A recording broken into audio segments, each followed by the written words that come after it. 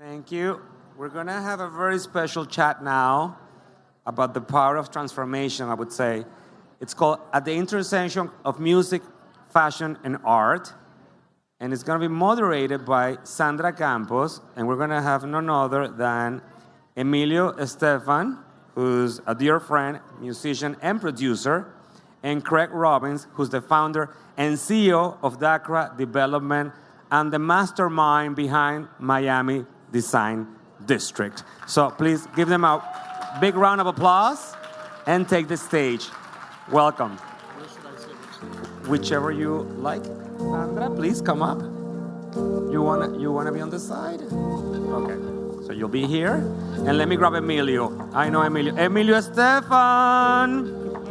Okay. There you go. I love you.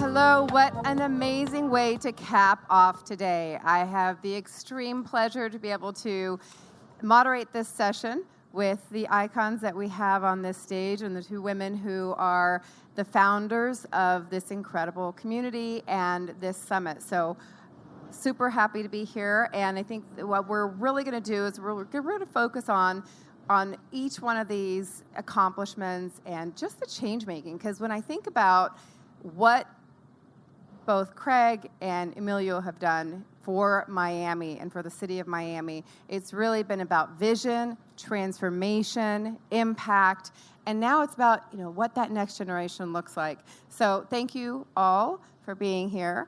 I wanted to really think and talk about how envisioning a new Miami, when that started. So Craig, you had said in 2014, you were quoted as saying, the one thing that you can't do is replace something truly historical. Do you remember that? I believe I said it. So you, at that point in time, were really credited for changing a rundown resort into a major cultural city. So that was like 10 years ago. Not even 10 years ago. So a lot's happened then. So was there one defining moment that you can share with everybody about your upbringing that really brought you to your determination and your vision to transform this city? I think probably the most important thing, if I had to pick one thing, and it's hard to do that because obviously we're all an amalgamation of lots of things that happen in our lives, but it was probably spending a year in Spain. Starting in Madrid and getting exposed to Goya, and then living in Barcelona for 2 semesters while I was in college, experiencing like the urban design, Gaudí, Dalí, Picasso, Miro. That experience was probably the most transformational, and also getting out of my comfort zone, going from being an American to immersing myself in Spanish culture. So I'm assuming you speak fluent Spanish.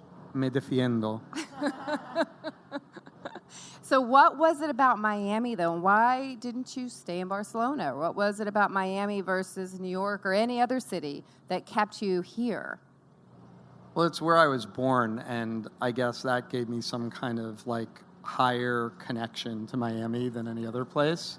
It's not as if I don't love other cities and don't really enjoy them, but there's something about Miami, this combination of being a tropical paradise, but also being like an urban destination that I find really special. And also the connection of so many cultures, that mixture of the Latin, American, European influence. And I think we're really unique in that category. But was it unique 10 years ago when you had this quote in 2014, or was it unique growing up, or do you think now it's evolved even more so into that? Yeah, it's been an evolution. Growing up, there was the genesis of all this. Friends like Emilio were living here, and there was a blossoming new Miami culture. And I think we've just, continued to kind of grow and add to it. And that's what's really exciting. You start with whatever the base is, and then you just work hard and try to make it better and better. Emilio, in 1999, Time magazine called you the godfather of pop. That was 1999, and you've done so much more since. So this was a time, I think, when you were discovering Jennifer Lopez, Mark Anthony, Shakira, Ricky Martin, small names like that. No big deal. But with that, at that time, you said that Latin music is like a sleeping giant waking up all over the world. That was back then.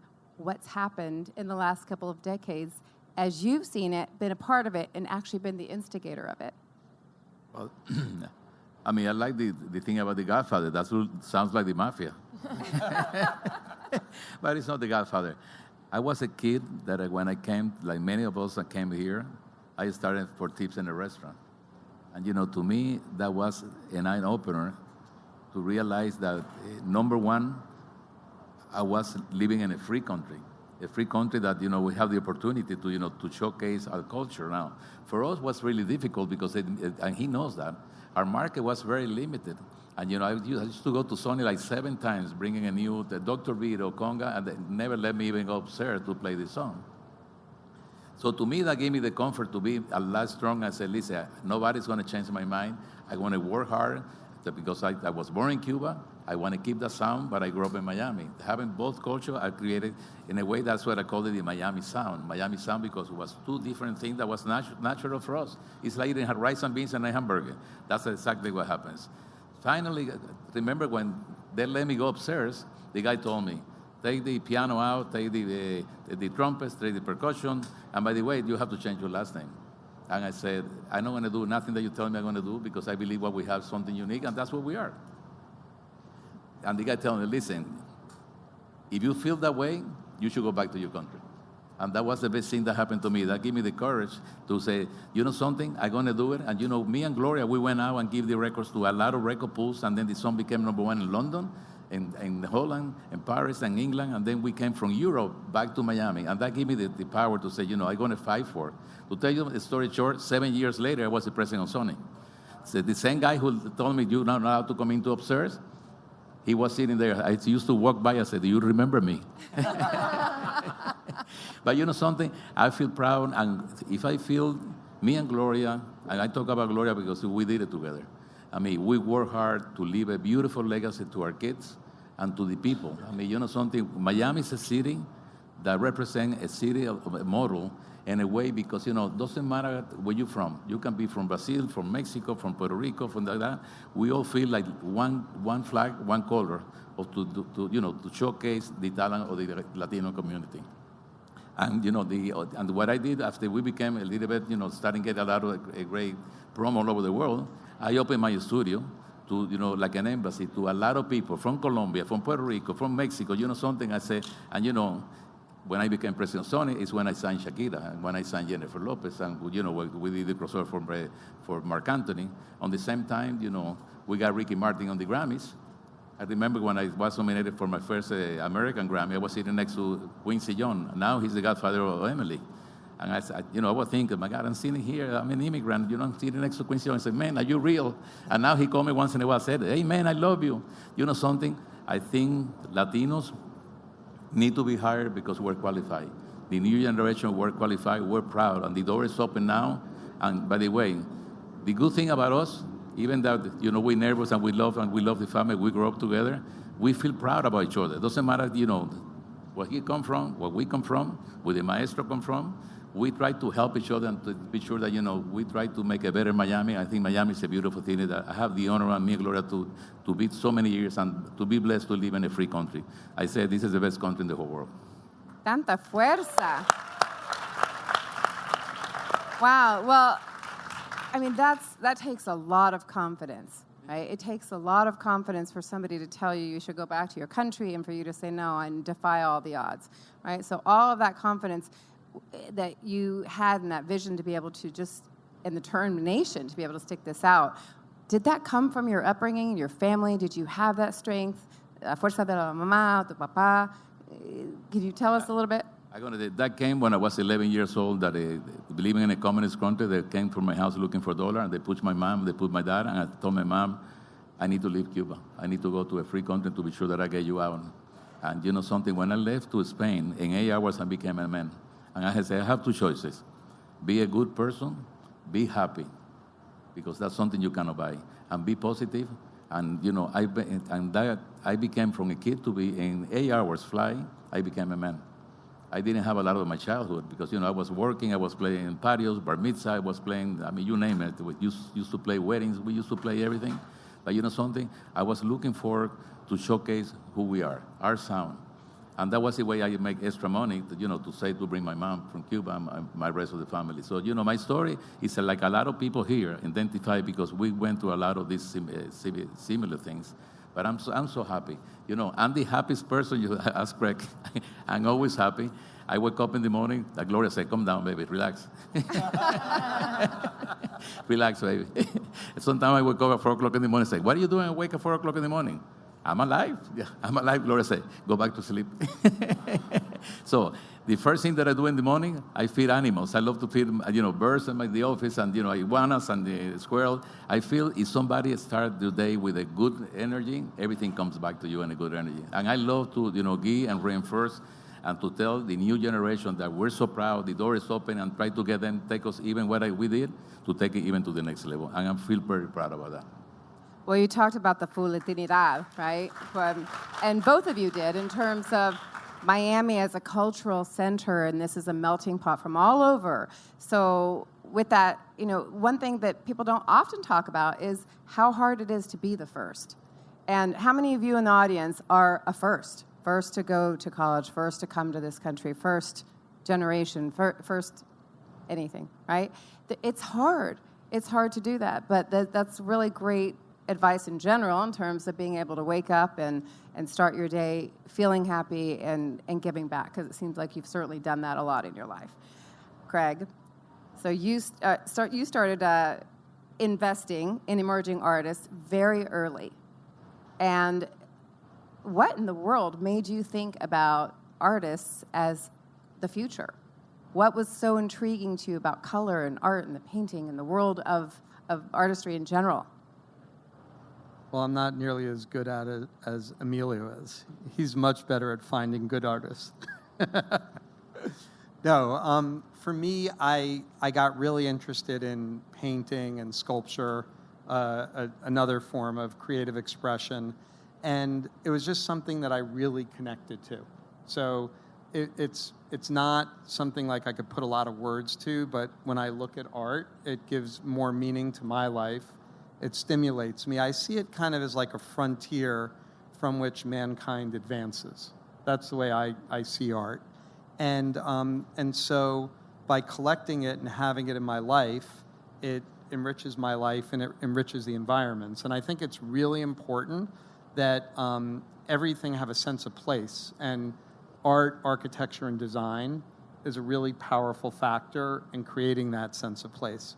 For me, I've been mainly attracted to finding younger, more emerging artists, ones that then I can keep collecting. And so the goal is to find an artist that I like and then be able to really like what they continue to do and then build a collection where it's a comprehensive collection of their career. And where do you find them? Because obviously we need those tips. It's interesting. Art happens everywhere. I mean, it's all over the world. A lot of times it'll concentrate in a place. Like you go back to 1880 to 1920, so much of it was in France. Obviously, after World War II, a lot of it was in the United States and New York. In our time, it's really everywhere. There's great artists around the world, and part of it is just finding who's got the most influence, who's impacting our time in the biggest way, and who's going to influence the next generations. And of course, it's a real challenge when it's a young artist. You're taking a risk because you don't know what they'll do, but you see that talent, it's inspiring, and hopefully it keeps growing. Is there any one story of perhaps an artist where you found them in a more remote area that you perhaps took a bigger risk with that ended up becoming a bigger name that we might know? Well, I was... Now, other people knew about this artist, but I didn't know about him at all. And so I went to Figueras when I was in college and actually met Salvador Dali. And that was a major inspiration in in my career because even though everybody else knew him, I didn't know him. And I went to the museum that he did, which at the time was very much like his creation. It became more commercialized later. And that was an incredible experience, very inspiring, and made me want to learn more and be more involved. Well, these two have been around, just some small little names. But as you've taken that learning and the art and the inspiration and created immersive experiences where you're really taking real estate development and you're combining art and culture and commerce together, you were doing this before anybody was even talking about it. Now every retailer wants to have an immersive experience. Everything's about experiential, but you've been doing this. What and how did you create that vision? And also the determination that that was going to be what you were going to put no matter who stopped you or no matter what the obstacles were? Well, I really started in real estate in South Beach in the Art Deco district, and it was more because I wanted to have a studio that I could bring artists to come and work in. And I found this perfect building, but it also had some stores. So I got the studio I wanted, and then to pay for the building and make it viable so I could be able to invite the artists to come, I had to rent out the stores. And our first tenant was Keith Haring. That was a pretty amazing, lucky moment. And how, as you've continued to take different locations and add more and more experiences, you're doing it with hospitality, restaurants. Is there anything new that you've seen as an additional component that you're going to add beyond what exists today? So in the design district, it's been an evolution. It started as a pretty much defunct neighborhood. When we were buying property here, it was half empty. People were really fearful of crime. The rent was almost free, and it was like no one thought it was viable. And at first, we brought back what was historically here, the furniture. But the key, I think, to this neighborhood is it was always equally about culture as it was about business. So our goal was to make revenue and then be able to reinvest in culture. And the first big thing was when Art Basel came to Miami, because we were able to use the neighborhood as kind of a playground for museums, galleries, events, activations, eventually fashion brands. And so the neighborhood really became known more as an art place. And by defining it that way, it inspired the fashion brands. Because the fashion brands really wanted to be able to do something different. They didn't want to go to another one of the same places and build another one of the same stores. And it became this sort of almost competition, a healthy competition, not a negative competition, where everyone was trying to out-express themselves and do these global flagships. And it took time, it took a lot of work, it took a lot of confidence that people had in the neighborhood. But basically, I think that what happened was more and more people all the time come here, and they connect with it for different reasons. And that's what is really fulfilling to me, being a member of my community and being able to do something where people come to Miami or live in Miami, and there's a place that they feel they have a connection to. Emilio, you had so much confidence about bringing the Latin sounds to the United States and making sure that it was really more mainstream, right? I mean, that seemed to be certainly something that was part of your goal in that. How did you see, and how do you see that still evolving, even as culture has shifted, and we have so much now that Latinos, you can see, that's impacting everything around the country, Bad Bunny, you name it. We've got so much, Leo Messi, who's coming in. So much has been noted and noteworthy about these emerging, whether it's emerging artists, musicians, sports athletes, et cetera. How do you see that that's going to actually all be combined and integrated, whether it's in experiences like the design district or locations somewhere in Wichita, Kansas? How do you see this evolving because you've seen so much in the last couple of decades, how do you see it evolving further from here with the Latinos, 63 million Latinos in this country? It's amazing because, time changed. Now, we're lucky that we have technology now. I mean, realistic now with technology. Many years ago, it was only one person on a record label to tell you this will not work. Radio will not play this. Now you have internet. You play your music, it goes global. And that's an incredible thing to have. Now we have songs #1 on the charts. I think the first #1 is when I did We Are the World in Spanish, went to #1 on the charts in Spanish. that we got everybody from Ricky Martin, Shakira, Gloria, everybody, Jennifer, everybody was in the thing. Now you have like Bad Bunny.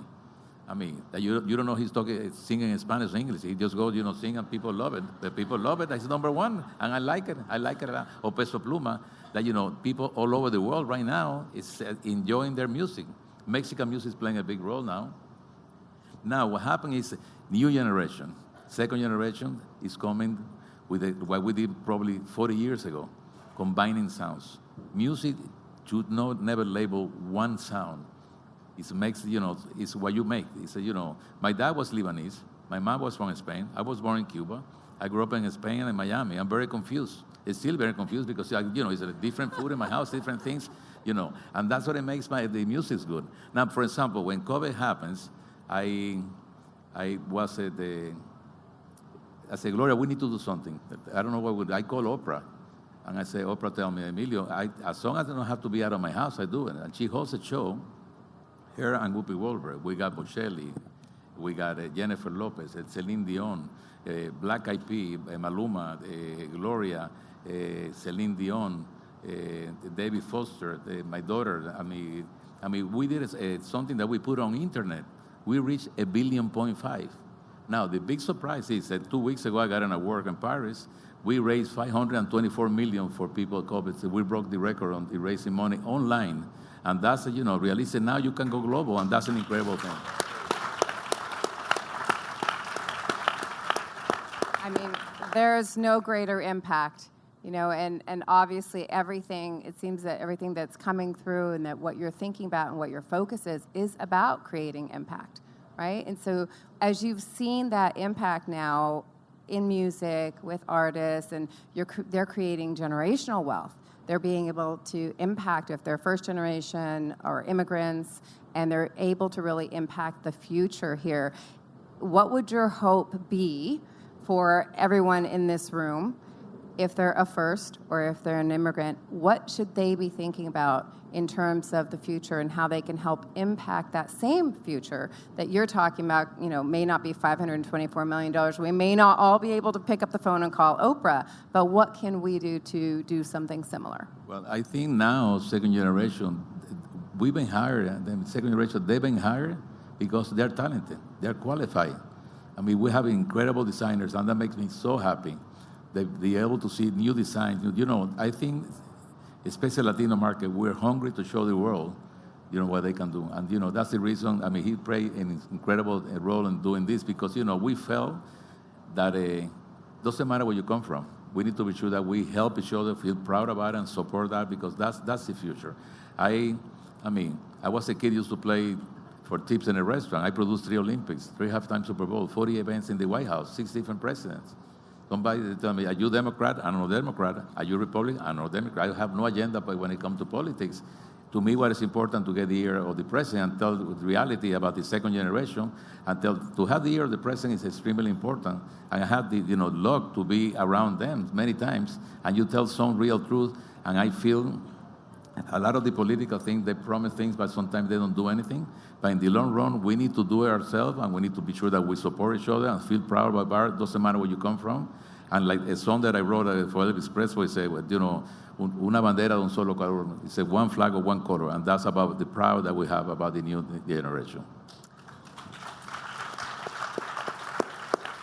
Which is a perfect segue as well into this next generation and what Estefania and Samantha are doing here with the Laughs or in Latin American Fashion Summit, and just thinking through like everybody here and what you're gaining from these days and how much you're bringing to Miami and how you really both came from a little bit of a different angle at it. Estefania being in New York and experiencing from living in the United States, and Samantha being in Mexico and experiencing it being on the Latin American side. When you both think about this inspiration from these two and what they've done to be able to lead the way and the path forward for you, how are you now taking this baton and moving it forward, and how do you see this kind of combining with what both Craig and Emilio have done? So I'm from Nicaragua. I was raised there until I was 18 years old. I did a career in New York in the luxury space, and I moved like many New Yorkers to Miami during COVID. and I never went back, and I'm very happy here, and we're here to stay. So I asked a very dear friend that's here on stage, right here in the front row, to make some key introductions if I wanted to create the summit in Miami, because I knew that Miami was the capital of Latin America.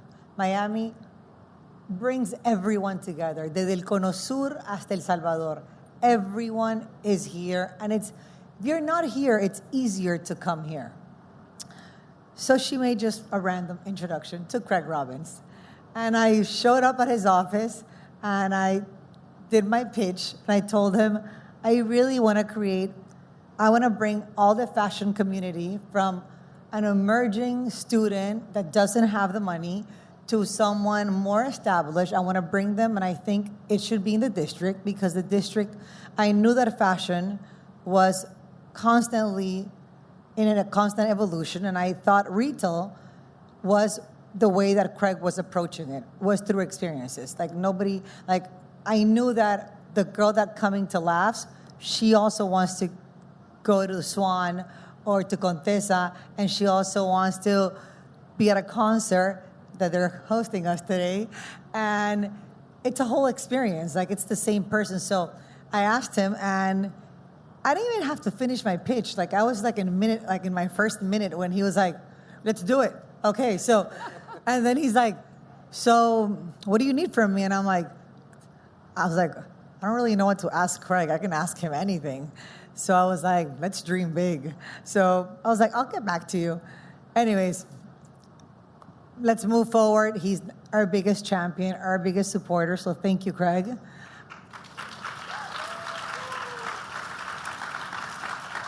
But I think Miami, I think what we all share, the four of us share, is that we believe in community.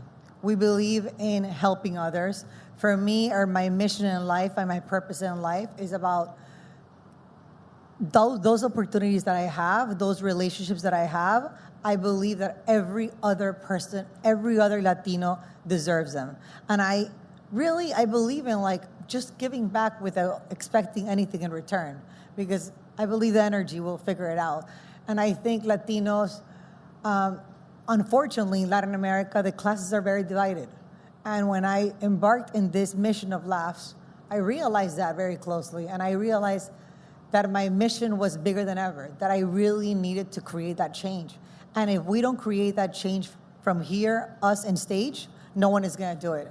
So I think it's our duty to give everyone here, and I hope that this audience is even bigger and bigger every year, give them the real opportunities they deserve to really become the entrepreneurs that I know that they have, the drive that the Latinos have that no one else has, So, yeah. And Samantha, you being and still living in Mexico City and being able to, in Yucatan now, but really looking at it to say you weren't an entrepreneur, you thought you were going to be a political diplomat, and obviously that has helped you in many ways. But when you look at it from your side and looking at the possibilities, what you can do, the impact that you can create, tell us a little bit about what your big goal and big goals are with Laughs and what you need now. You have these champions, right? They have led the way, and now we have the next generations coming in to be able to create even bigger opportunities. What do you need, and how do you want to do that? Well, as a Latina still living in Latin America, our biggest and an entrepreneur, and being able to host Laughs here for second year in a row, we as Latinos, we always look to the north, because the grass is always greener on the other side, and we're like, yes, we're gonna make it in America. And the first time we came here and hosted Laughs in the Miami Design District, for me was a huge responsibility, because it was the first production ever in the United States. I felt so much pressure. I was like, we had been touring and we have been doing our summits in Riviera Maya and Cartagena, obviously then during COVID virtually. And then when we came back stronger than ever. And it was our first gig in the US. And I was super pressured. I was like, oh my God.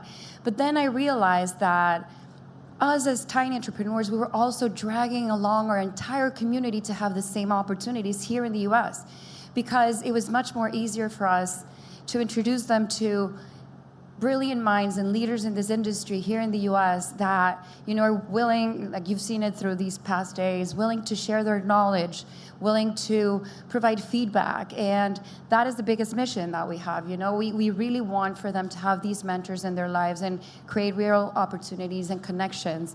So for us, it was not only as entrepreneurs and as a company that we were like, wow, we made it. We've made our first summit in the U.S., but it was our entire community that had that same opportunity along with us.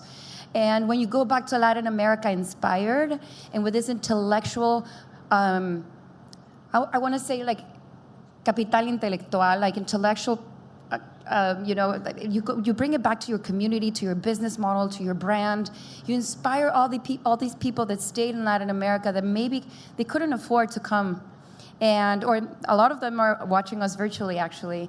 And it's really inspiring to come back and say, listen, I learned this, but I'm going to share it with you as well. And hopefully the people that are still in Latin America have this opportunity. I think the American dream for people that are still living in Latin America it's something that we all aspire to, but not everybody has that opportunity. And people that have made it and that have paved the way for other people that are still in Latin America to be inspired, that is literally a huge responsibility. Now you're calling it a baton, and I'm like super nervous now. Well, as a first generation myself, who my parents were entrepreneurs out of necessity, and I saw that they didn't have mentors, they didn't have coaches or sponsors or anything like that. I'm incredibly passionate about it myself. And so with that, did you feel, Emilio, did you have sponsors, coaches, mentors? Did you really just have that fire in your own belly that made you do everything that you've done so far? I think you get mentors for anybody. Sometimes you don't need to be famous. I remember one time when I run in Ocean Drive, I see a lot of homeless people. And when you talk to them, you realize we're human. People go sometimes through hard times. But I learned one day, I was a guy, and I gave him a loaf of bread, and he ate half, and he was sharing half with the birds. And he said, sometimes it's better to say, save that for later. I said, no, you have to share that. My dad won the lottery 27 times. He was the luckiest guy, and he died with one pair of shoes and one suit because he gave all the money away. And I learned so much about him. One thing people cannot buy is health and happy. I mean, sometimes I prefer to be with a person that is not famous or not rich, and they enjoy it. You go take them to the restaurant and say, this steak is fantastic, this is amazing, and you go with somebody who is rich and say, oh my God, it's too cold. I don't like the wine. Drink the wine, don't worry about it.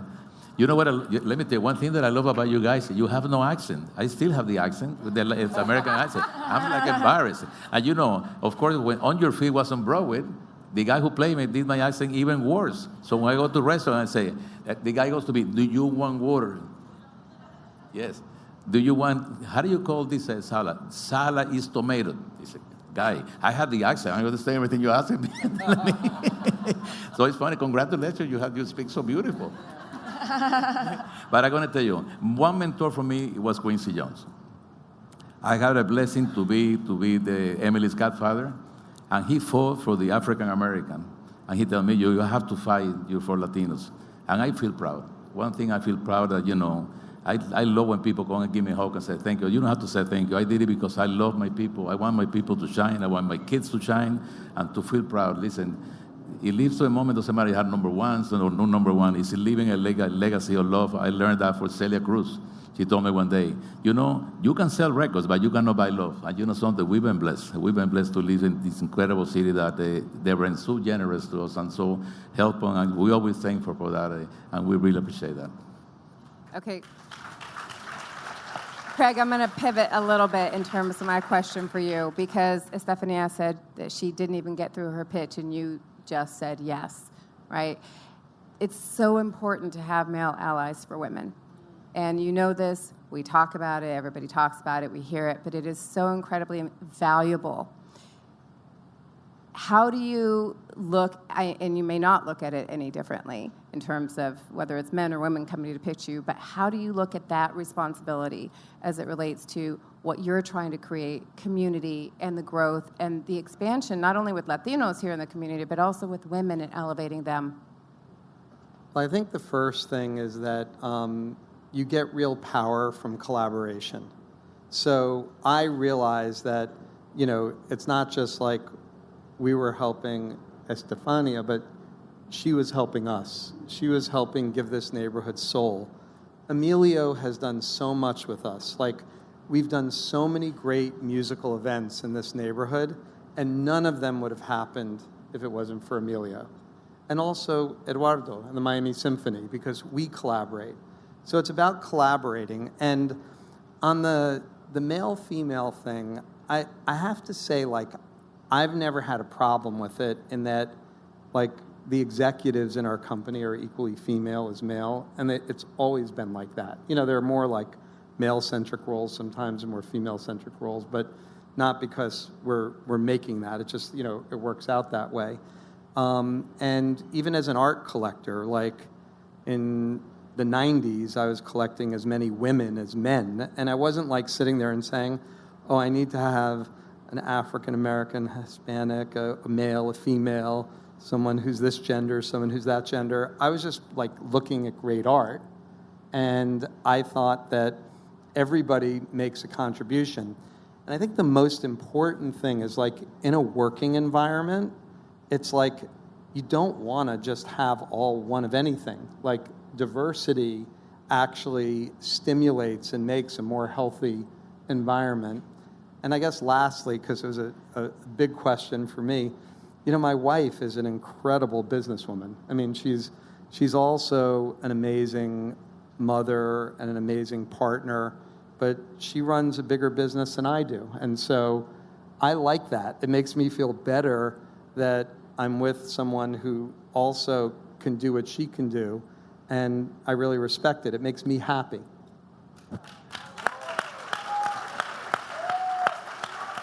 By the way, he had no idea I was going to ask him that question, so that was completely authentic and honest. And I'm assuming, Emilio, you feel the same way because of your special relationship and your partner in life.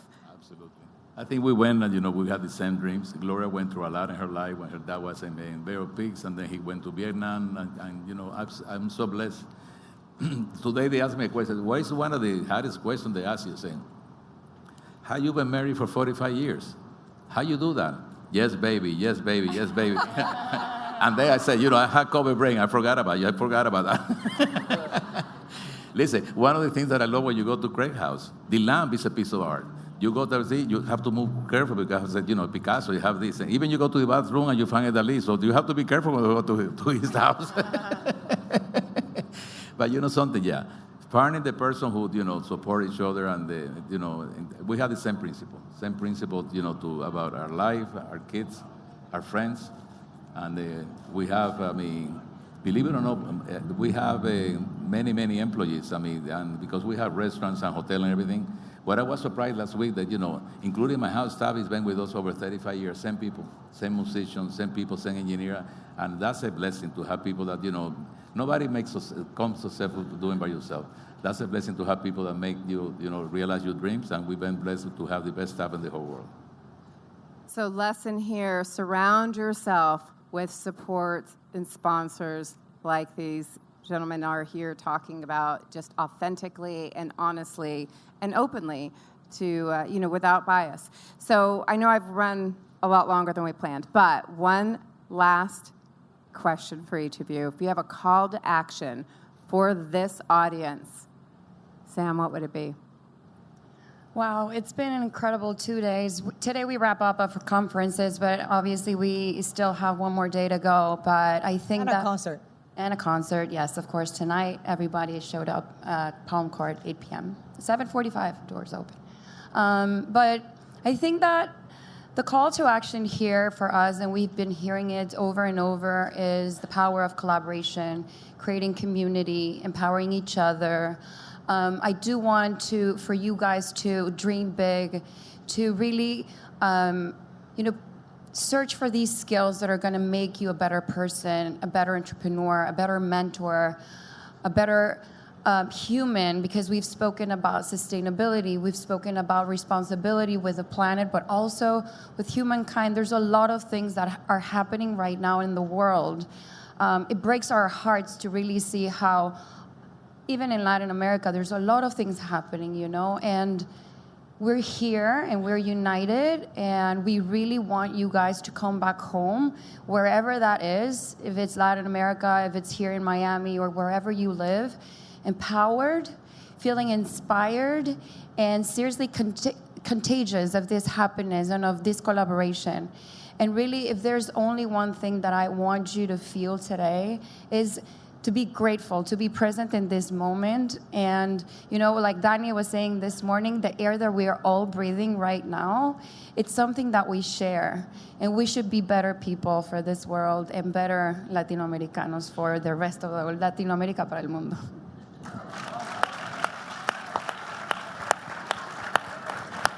Estefania, your own call to action for this group, because I know you have some really passionate thoughts about how you want to impact this community and how much change you want to create.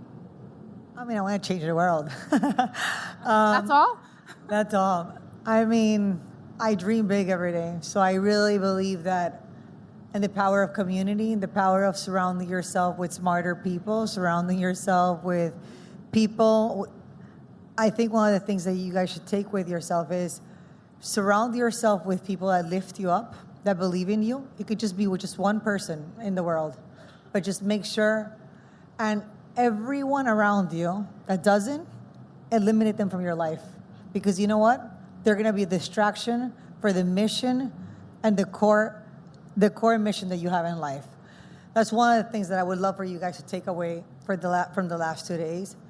Yes, we all talk about dreaming big, but also it's our responsibility to each of us that we have to give time for others.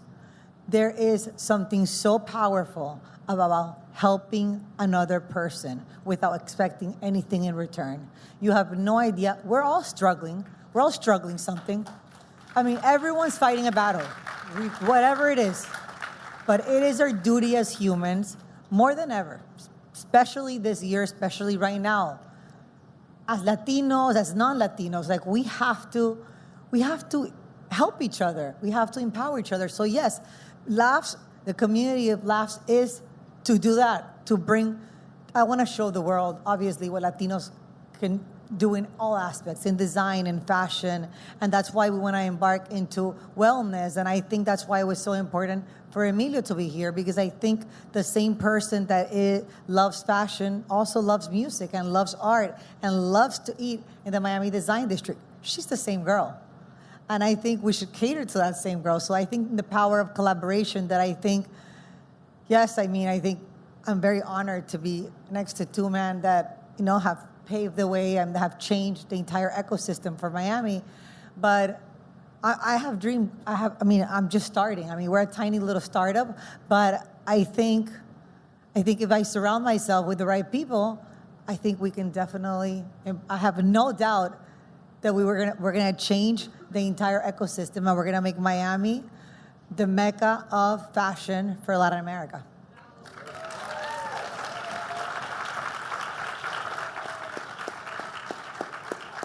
Craig, is there a quote that you live by, something that you would help everybody else be inspired by? Because, you know, I have a lot of quotes. I'm a big quote junkie myself, but things that we can live by on a daily basis to just ensure that, again, we have top-of-mind community, that we have top-of-mind giving back, and that we have top-of-mind impact.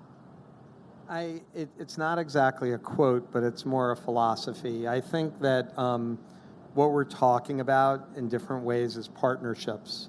And it's really important to pursue partnerships. And the goal should be that 1 + 1 = 5.